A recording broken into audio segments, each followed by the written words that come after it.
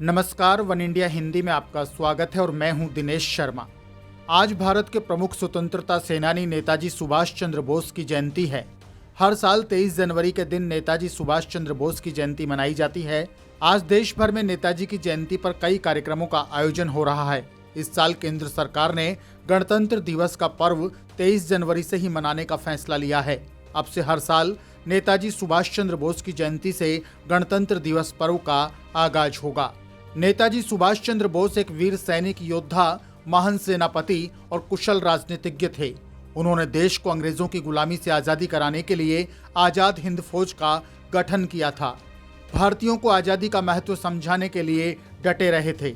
नेताजी सुभाष चंद्र बोस न केवल भारत के लिए बल्कि दुनिया भर के लिए एक प्रेरक हैं। तुम मुझे खून दो, मैं तुम्हें आज़ादी दूंगा का नारा भी नेताजी सुभाष चंद्र बोस ने ही दिया था। नेताजी के दिए इस नारे ने लोगों में देशभक्ति का संचार किया था। इस नारे ने भारतीयों को अंग्रेजों से लड़ने के लिए एक ताकत दी थी। नेताजी सुभाष चंद्र बोस पर आज हर भारतीय को गर्व है। नेताजी सुभाष चंद्र बोस 23 जनवरी 1897 को कटक में एक संपन्न बंगाली परिवार में जन्मे थे। आपस में 7 भाई और 6 बहनें थे। नेताजी सुभाष चंद्र बोस अपने माता पिता की 9वीं संतान थी। उनके पिता का नाम जानकी नाथ बोस और माता का नाम प्रभावती देवी था।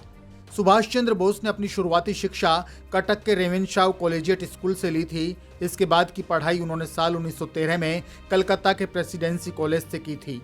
इसी कॉलेज से उन्होंने साल 1915 में इंटरमीडिएट की परीक्षा फर्स्ट डिवीजन से पास की थी। नेताजी सुभाष चंद्र बोस के माता पिता चाहते थे कि वे भारतीय प्रशासनिक सेवा में जाएं, इसलिए माता पिता ने उनको सिविल सर्विसेज की तैयारी के लिए कैम्ब्रिज विश्वविद्यालय भेजा था। उस समय नेताजी अपने माता पिता की अपेक्षा पर खरे उतरे और भारतीय प्रशासनिक सेवा की परीक्षा में 4था स्थान प्राप्त किया।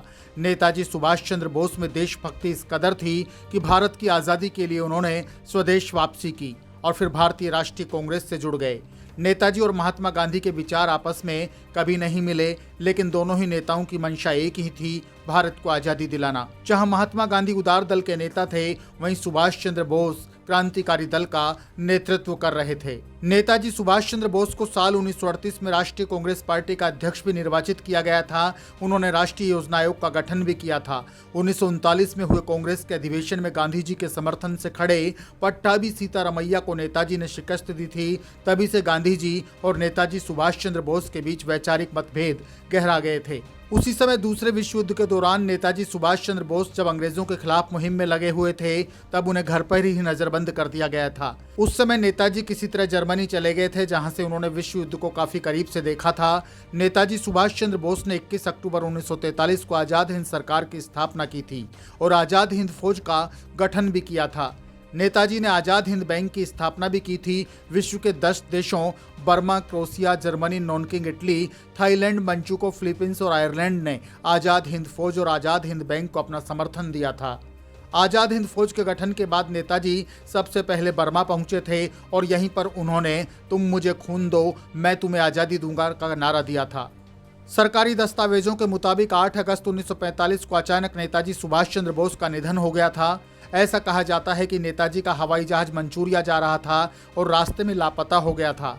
आज़ादी के बाद भारत सरकार नेताजी की मृत्यु की जांच के लिए 3 बार आयोग का गठन कर चुकी है, जिनमें से 2 आयोग तो पुष्टि कर चुके हैं कि नेताजी की मृत्यु विमान दुर्घटना में हुई थी। वहीं जापान सरकार ने दावा किया था कि उस दिन फोर्मोसा में कोई विमान हादसा ही नहीं हुआ था। उसी साल 23 अगस्त को जापान की एक संस्था ने खबर जारी की थी, जिसमें कहा गया था कि सुभाष चंद्र बोस का विमान ताइवान में दुर्घटनाग्रस्त हुआ था, जिसकी वजह से उनकी मौत हो गई थी। किसी देश की संस्था से ऐसा बयान आने पर इस हादसे को सच माना जा सकता था, लेकिन कुछ ही दिन बाद जापान सरकार ने पुष्टि की कि ताइवान में उस दिन कोई विमान हादसा ही नहीं हुआ। ऐसे बयान से संशय और बढ़ गया था कि जब कोई विमान हादसा नहीं हुआ तो नेताजी गए कहाँ।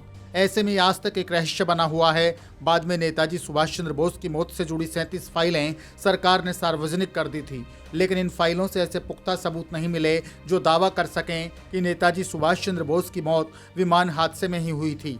आज भी सवाल बरकरार है कि क्या 1945 में विमान हादसे में ही नेताजी सुभाष चंद्र बोस की मौत हुई थी। इस खबर में फिलहाल के लिए इतना ही। ताज़ा अपडेट्स के लिए आप बने रहिए वन इंडिया हिंदी के साथ।